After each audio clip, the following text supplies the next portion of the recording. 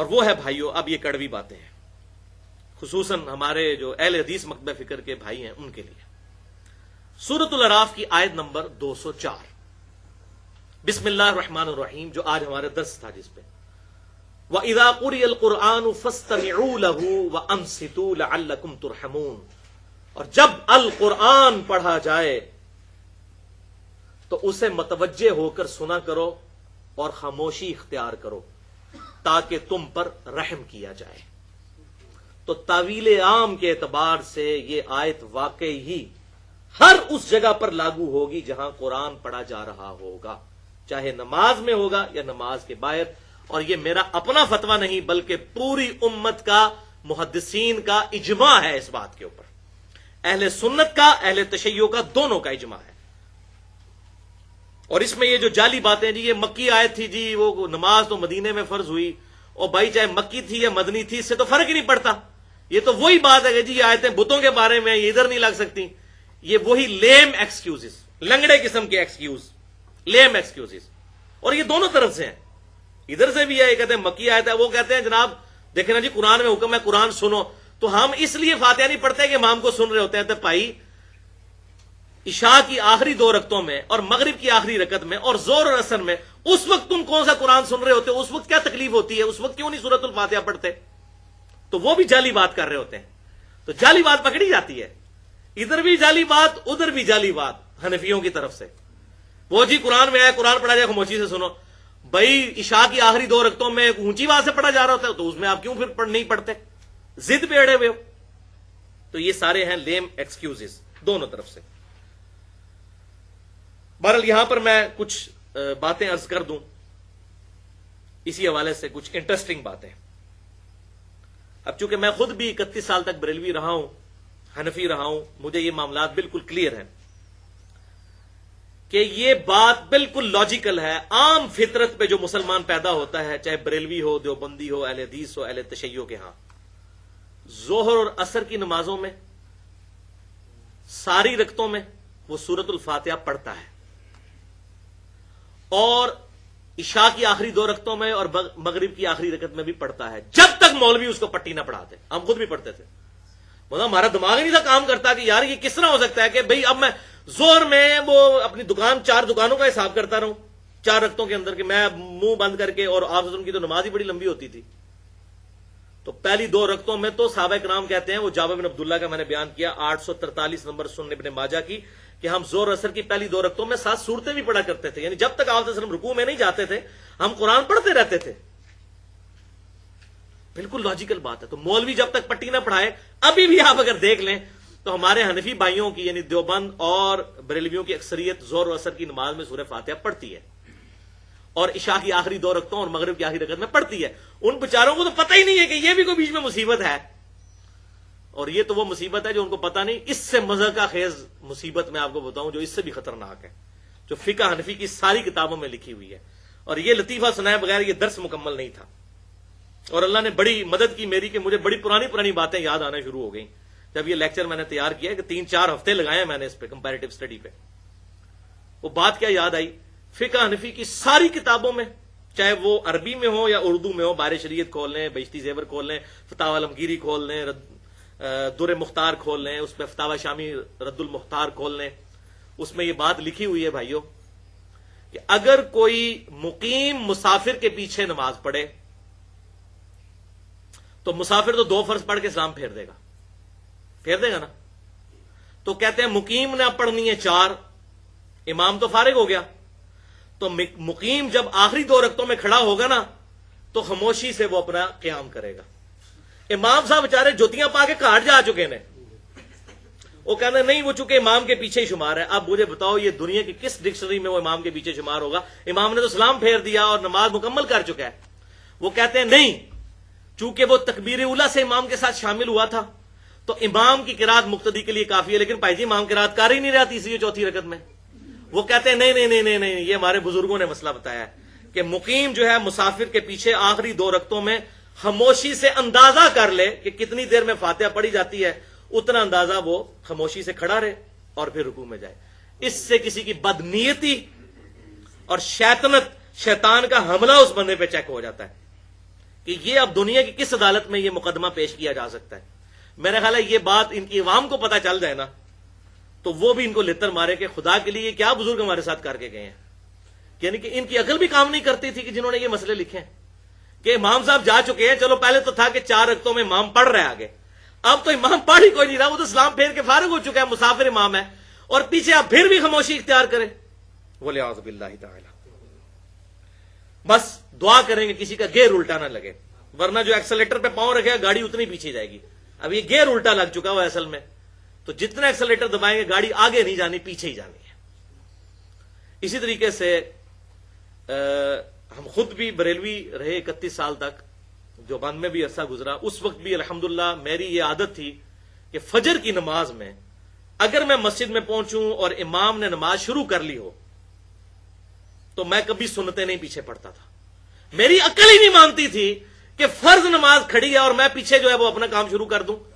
اور ان ظالموں کو اب نہیں ان کو یہ آیت یاد آتی وَإِذَا قُرِئَ الْقُرْآنُ فَاسْتَمِعُوا لَهُ وَأَنصِتُوا لَعَلَّكُمْ تُرْحَمُونَ. جب قرآن پڑھا جائے تو خاموشی سے سنا کرو, ٹھیک ہے, اس کو متوجہ ہو کر خاموش رہا کرو. یہ بات نہیں یاد آتی. ہم تو قائل ہیں, ہم کہتے ہیں خاموشی رکھیں, امام کے پیچھے بھی رکھیں, صرف سختوں میں پڑھیں. وہ آگے آ رہی ڈیٹیل بات. اور تو یہ سنتیں پیچھے دبائی آتے, اور اس وقت بھی الحمدللہ میری عقل نہیں مانتی تھی. وہ تو مجھے بعد میں پتا چلا کہ صحیح بخاری اور صحیح مسلم کی متفق علیہ حدیث ہے کہ آپ صلی اللہ علیہ وسلم نے ارشاد فرمایا کہ جب فرض نماز کی اقامت ہو جائے تو کسی کے لیے جائز نہیں ہے کہ اس فرض نماز کے علاوہ کوئی اور نماز پڑھے. وہ عقل بھی مانتی ہے. اب پیچھے سنتیں بعد میں بھی پڑھ سکتے ہیں, سنتوں کا تو کوئی مسئلہ نہیں, سورج نکلنے کے بعد بھی پڑھ سکتے ہیں. لیکن فرض نماز ہو رہی ہے اور آپ علیحدہ سے اپنا کام جو ہے وہ نکالا ہوا ہے اور آپ امام کے پیچھے پڑھ رہے ہیں, اور پھر اس میں یہاں تک مسئلہ لکھا کہ جب تک 1 رکعت مل جائے اس وقت تک آپ کر سکتے ہیں, یعنی 1 رکعت بھی قضا کر سکتے ہیں. وَلِعَوْذُ بِاللَّهِ تَعَالَى. اب یہ معاملہ سختوں والا بھی میں ذرا کلیئر کر دوں کھول کر. امام بخاری کی کتاب جز القراء سے ورڈ بائی ورڈ امام بخاری کے میں الفاظ بیان کرنے لگا ہوں, خصوصاً ہمارے اہل حدیث بھائیوں کے لیے, کیونکہ وہ بھی اس میں الا ماشاءاللہ غلطی کا شکار ہے. جز القراء حدیث نمبر ہے 36. امام بخاری رحمت اللہ علیہ حدیث لے کر آئے سیدنا ابو ہریرہ رضی اللہ تعالیٰ عنہ کا قول کہ ہم آپ صلی اللہ علیہ وسلم کے پیچھے جب نماز پڑھتے تو آپ صلی اللہ علیہ وسلم نماز میں سکتہ فرمایا کرتے تھے. 2 سکتے, ایک فاتحہ سے پہلے اور ایک رکوع میں جانے سے پہلے, لیکن یہ پہلی رکعت میں. دوسری رکعت ڈائریکٹ فاتحہ سے شروع کرتے تھے, رکوع سے پہلے والا سکتہ اس میں ہوتا تھا.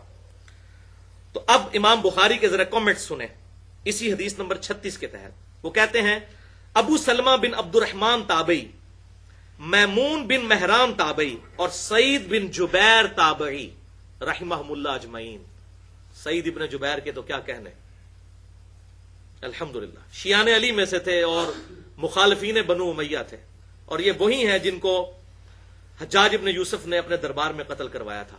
اور بعد میں کسی نے خواب میں دیکھا تو حجاج ابن یوسف نے کہا کہ باقی لوگوں کے قتل کے بدلے میں تو مجھے 1 دفعہ قتل کیا گیا, لیکن سعید ابن جبیر کے قتل کے بدلے میں اللہ تعالیٰ روزانہ مجھے قتل کرتا ہے, جو میں نے اس نیک انسان کو قتل کیا. اور عبداللہ ابن عباس کے سب سے بڑے شاگرد, بخاری اور مسلم کی درجنوں احادیث کے راوی سعید ابن جبیر رضی رحمت اللہ علیہ, رضی اللہ عنہ بھی کہہ سکتے ہیں, علیہ السلام بھی کہہ سکتے ہیں, الحمدللہ. یہ 3 تابعی کا امام بخاری لکھ کے کہتے ہیں, اور دیگر اسلاف رحمہم اللہ سختوں میں قرات کے قائل تھے, سختوں میں, جب امام خاموش ہوتا ہے. اور ان کی دلیل یہی حدیث ہوا کرتی تھی کہ لا صلاۃ لمن لم یقرأ بفاتحۃ الکتاب, کہ اس کی نماز ہی نہیں ہے جو سورۃ الفاتحہ نہیں پڑھتا. پھر جب امام قرات کرتا تو وہ خاموش ہو جایا کرتے تاکہ اللہ تعالی کے ارشاد پر عمل ہو. یہ امام بخاری کہہ رہے ہیں, میں نہیں کہہ رہا. تسی کہتے ہو جی مکی آیت ہے, امام بخاری نے نہیں پتا ہے مکی آیت ہے, امام بخاری کہہ رہے ہیں تاکہ اس حدیث پر بھی عمل ہو اور اس آیت پہ بھی. فاستمعوا له وانصتوا, سورۃ الاعراف آیت نمبر 204, کہ جب قرآن پڑھا جائے تو اس وقت اس کو سنا کرو اور خاموشی اختیار کرو, اور رسول اللہ صلی اللہ علیہ وسلم کے حکم پر بھی عمل ہو جائے, کیونکہ من یطیع الرسول فقد اطاع اللہ. امام بخاری نے وہ آیت لکھ دی سورۃ النساء کی آیت نمبر 80 کہ جس نے رسول اللہ صلی اللہ علیہ وسلم کا حکم مانا گویا اس نے اللہ کا حکم مانا. وہ کہتے ہیں یہ جو ہمیں کہتے ہیں نا جی وہ قرآن اور حدیث ٹکرا رہے ہیں، وہ کہہ رہے ہیں کوئی نہیں ٹکرا رہے. قرآن پر بھی عمل کریں گے کہ امام جب تلاوت کرے گا ہم خاموشی اختیار کریں گے، اس کے سختوں میں پڑھیں گے. حدیث پر بھی عمل کریں گے. اور پھر امام بخاری رحمۃ اللہ علیہ نے بڑی سخت بات کی. جو لوگ سورۃ الفاتحہ نہیں امام کے پیچھے پڑھتے انہوں نے پھر سورۃ النساء کی آیت نمبر 115 بھی ساتھ لکھ دی، جس کے کانٹیکسٹ میں نے مسئلہ نمبر 31 ریکارڈ کروایا تھا اجماع کی حجیت والا، کہ جو کوئی رسول اللہ کی مخالفت کرتا ہے بعد اس کے کہ اس پر حق واضح ہو چکا ہے. یعنی رسول اللہ کی مخالفت کیا؟ امام بخاری یہ بتانے چاہ رہے ہیں کہ آپ صلی اللہ علیہ وسلم نے کیا فرمایا تھا؟ لا صلاۃ لمن لم یقرأ بفاتحۃ الکتاب. تو سورۃ الفاتحہ نہ پڑھنا رسول اللہ کی مخالفت ہے، بعد اس کے کہ اس پر حق کھل چکا اور مومنین کے راستے کو چھوڑ دیتا ہے. یعنی کس کے؟ صحابہ کرام علیہم رضوان کے. تو پھر وہ جس گمراہی میں سرگرداں ہیں ہم اسی گمراہی میں اسے رہنے دیں گے اور آخرت میں اسے آگ کا مزہ چکھائیں گے، دوزخ کی آگ کا. وَلِعَاذُ بِاللَّهِ تَعَالَى. اتنی سخت یہ آیت امام بخاری نے اس جگہ پر نقل کی، حدیث نمبر 36 کے اندر جز القراء امام بخاری کی کتاب ہے. اور یہ نہ سمجھیے گا بھائیو امام بخاری نے کوئی خود سے فتویٰ لگایا. سیدنا ابو ہریرہ رضی اللہ تعالیٰ عنہ جو ساری احادیث کے راوی ہیں، ان کا قول صحیح سند کے ساتھ جز القراء میں امام بخاری نے 274 نمبر پر حدیث وہ نقل کی، حدیث موقوف، وہی جو آپ کے اس ریفرنس پیج کے اوپر سیکنڈ آس لکھی ہوئی ہے. للامام سکتتان، امام کے لیے ہیں دو سکتے. فاغتنموا القراءۃ فیہما بفاتحۃ الکتاب. تو ان دو خاموشیوں اور سکتوں میں سورۃ الفاتحہ پڑھنے کو غنیمت سمجھو. اور اس سے بھی بڑھ کر سیدنا عبداللہ بن عمر بن عاص رضی اللہ تعالیٰ عنہ کا قول بھی نقل کیا، بلکہ یہ مرفوع حدیث کے درجے میں ہی آ جائے گی یہ بات. امام بہقی نے اپنی کتاب کتاب القراء کے اندر حدیث نمبر 301 اور 302 انہی دو سختوں کے بارے میں عبداللہ بن عمر بن عاص رضی اللہ تعالیٰ عنہ، یہ وہی صحابی ہیں جو حضور صلی اللہ علیہ وسلم کی ہر بات لکھ لیا کرتے تھے. سنن ابی داؤد میں آتا ہے. پھر کچھ صحابہ نے کہا آپ انسان ہی ہیں، کوئی بعض کہا تھا آپ جذبات میں بھی کوئی بات کر دیں، تو انہوں نے حدیثیں لکھنا چھوڑ دی. تو آپ صلی اللہ علیہ وسلم نے اپنی مبارک زبان پکڑ کر فرمایا کہ اللہ کی قسم اس زبان سے حق کے سوا کچھ نہیں نکلتا. تو یہ حدیثیں لکھا کرتے تھے اور صحیح بخاری میں موجود ہے. حضرت ابو ہریرہ کہتے ہیں مجھ سے بھی زیادہ حدیثیں عبداللہ بن عمر بن عاص کے پاس ہیں، کیونکہ میں زبانی یاد رکھتا ہوں اور وہ لکھ لیتے ہیں.